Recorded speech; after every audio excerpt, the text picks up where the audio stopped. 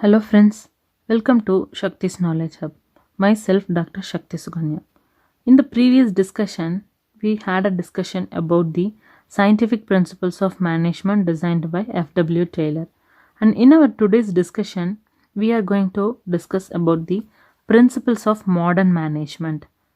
Henry Fayol is called as the father of modern management, and let's see them in detail. What are the different principles he insisted and how those things are important for an organization for its betterment and wellness. Principles of modern management.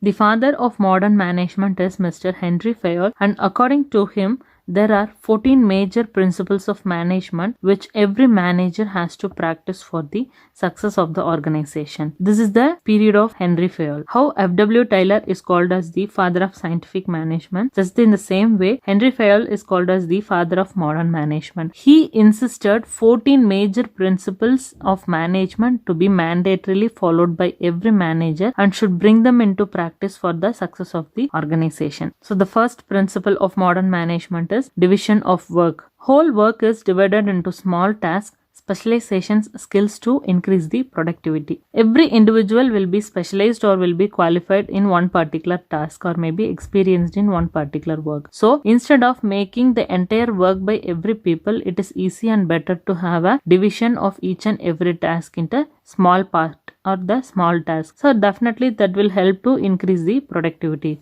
That is what he is insisting as the first principles of modern management. And the second principle is authority and responsibility. Authority means the rights of the supervisor. What is the rights or roles and responsibility and authority of the supervisor in the organization and what he need to do, like do's and don'ts in the organization of the supervisor or the manager in the organization. And the third is discipline, essential for smooth functioning of the organization, like obedience, proper conduct. Discipline is playing a very important role in every organization, as well as it is very much important for every individual's life. So in organization also, for its smooth functioning, it is very important to maintain a discipline by the manager as well as the employees. That is everybody in the organization to maintain a proper obedience and a proper conduct. Unity of command. Each subordinate receives order from superior one to one.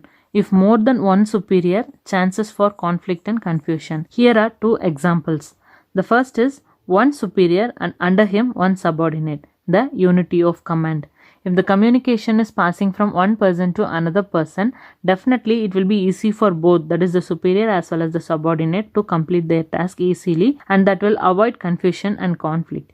In case the other instance, three superiors are there, three of them are giving command or communication to one subordinate. This is called the multiplicity of command. That is, the command is coming from three different people. If it is like this, definitely that will create a problem for the subordinate to have a confusion, like under whose instruction I need to work, and definitely that will leads to confusion and conflict.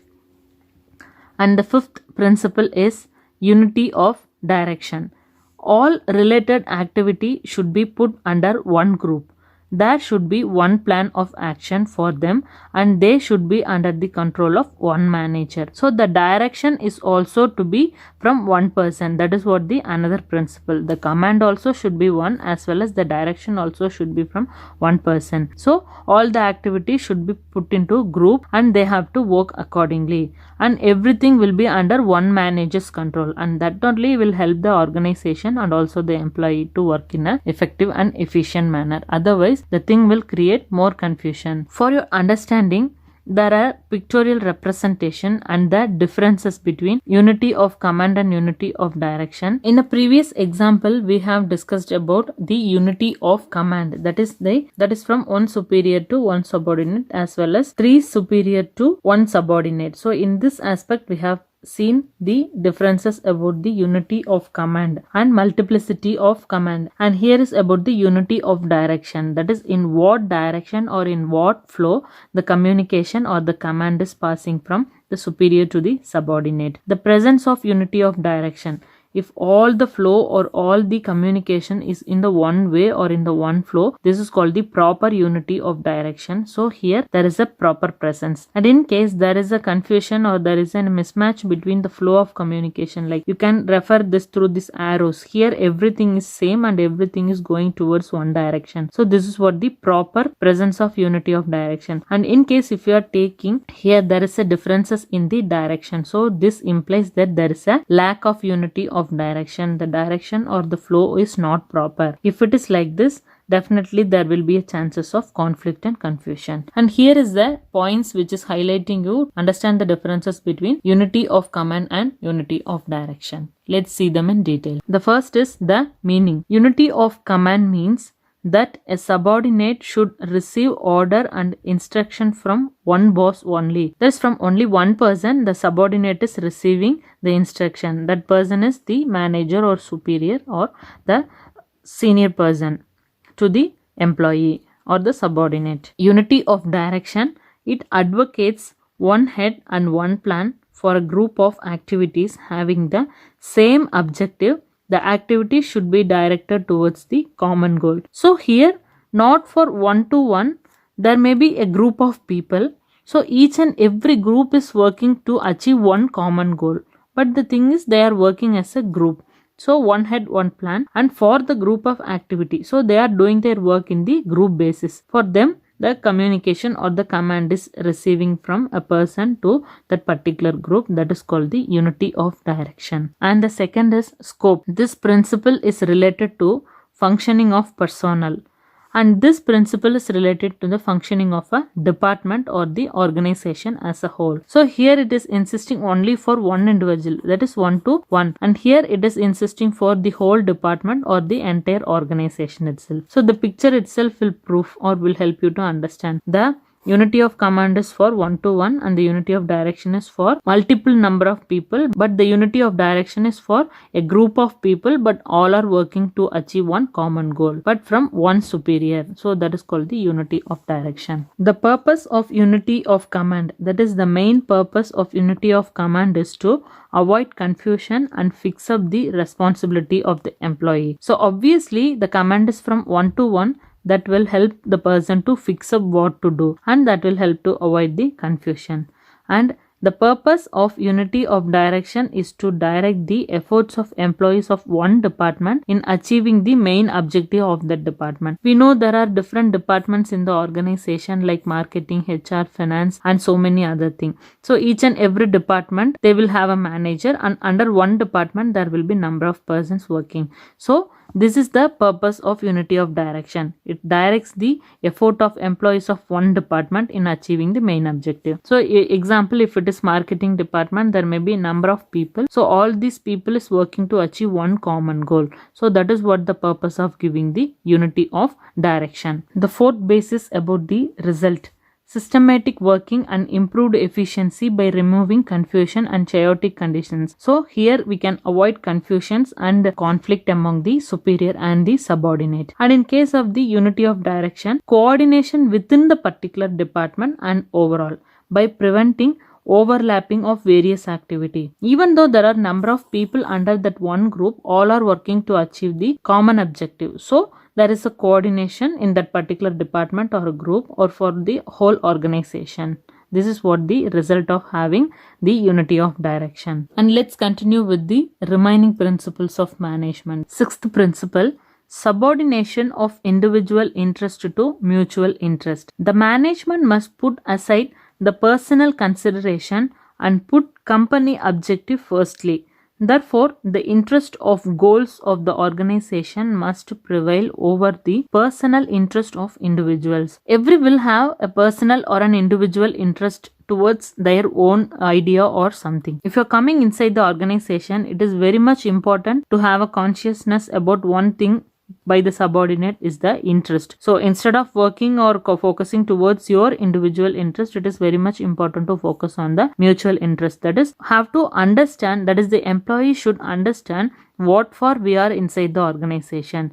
That is what is the objective of the organization to be considered. So have to focus towards that organizational goal instead of focusing or showing interest in their personal work or personal idea. And the seventh principle is remuneration.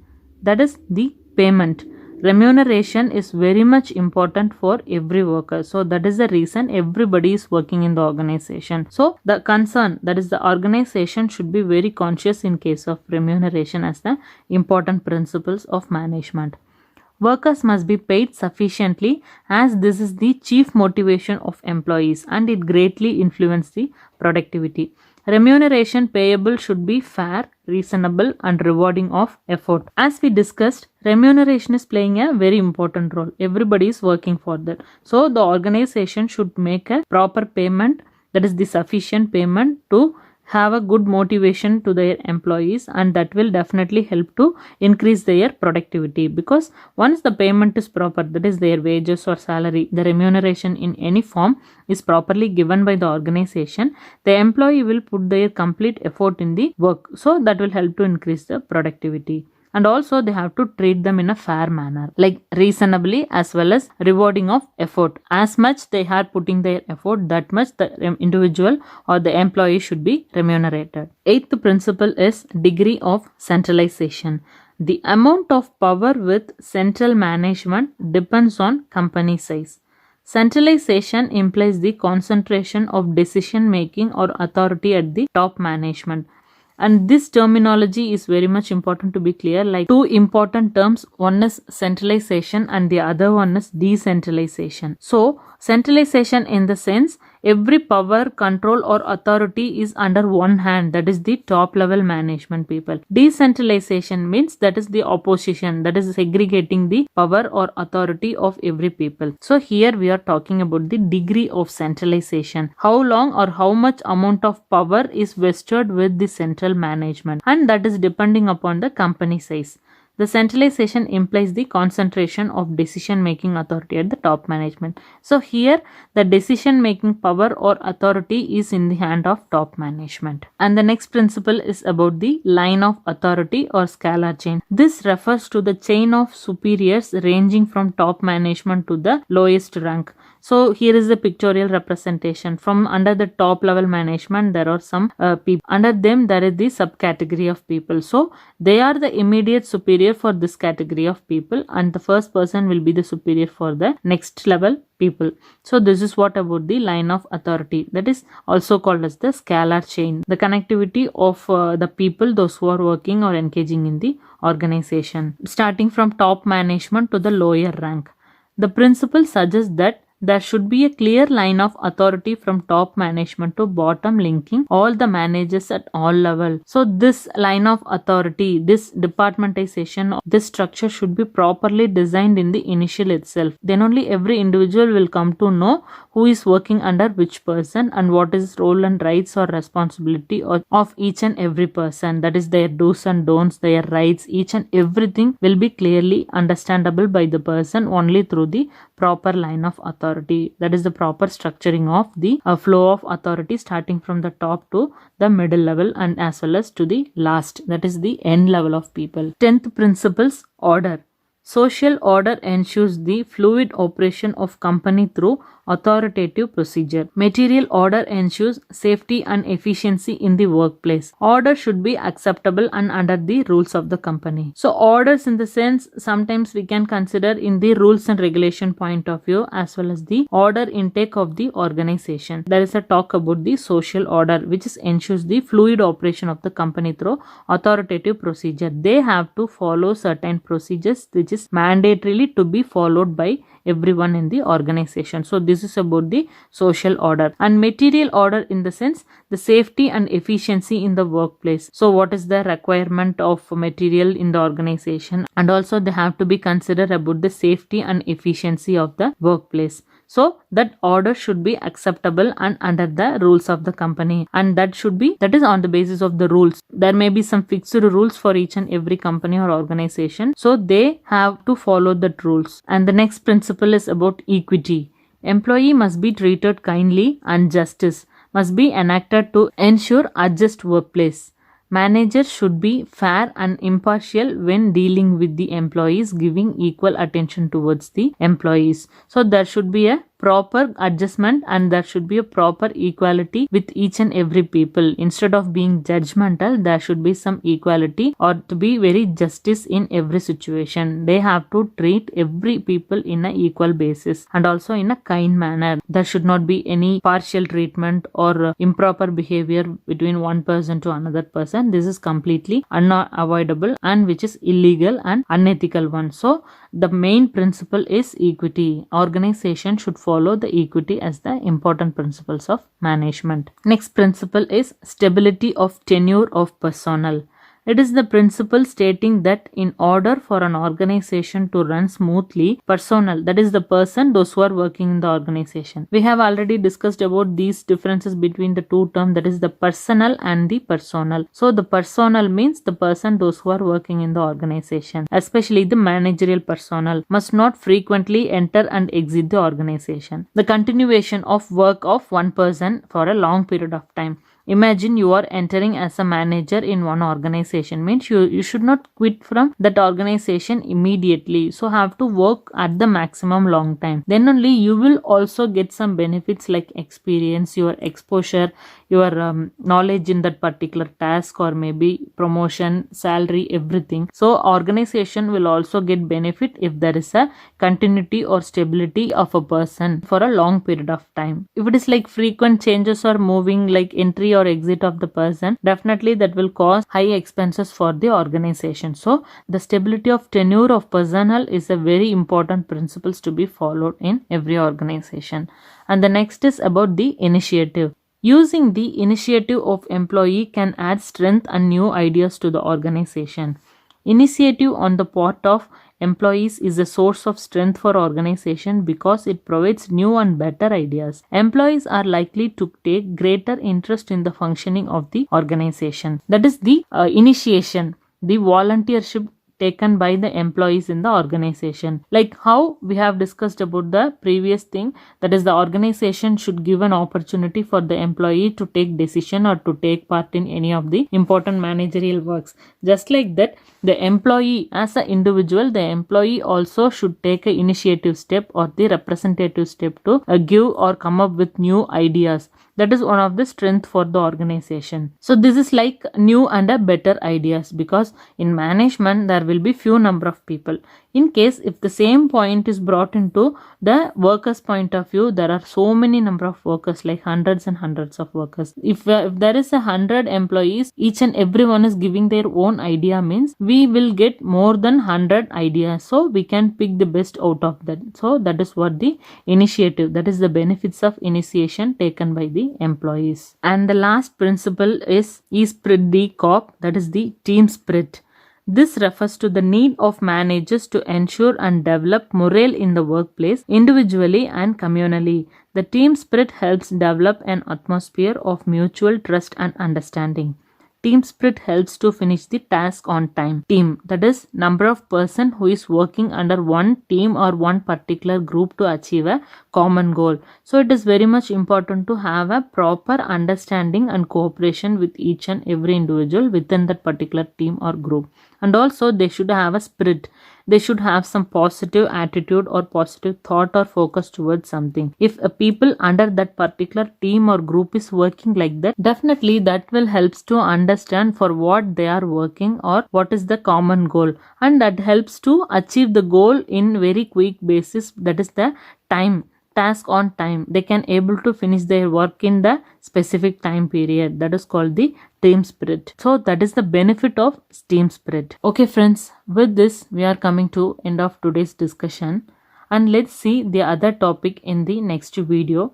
This is the first time if you are seeing this channel, do subscribe and don't forget to hit the bell icon for the future notification. Like and share it to the needy people. And thank you all for watching. Have a good day. Bye.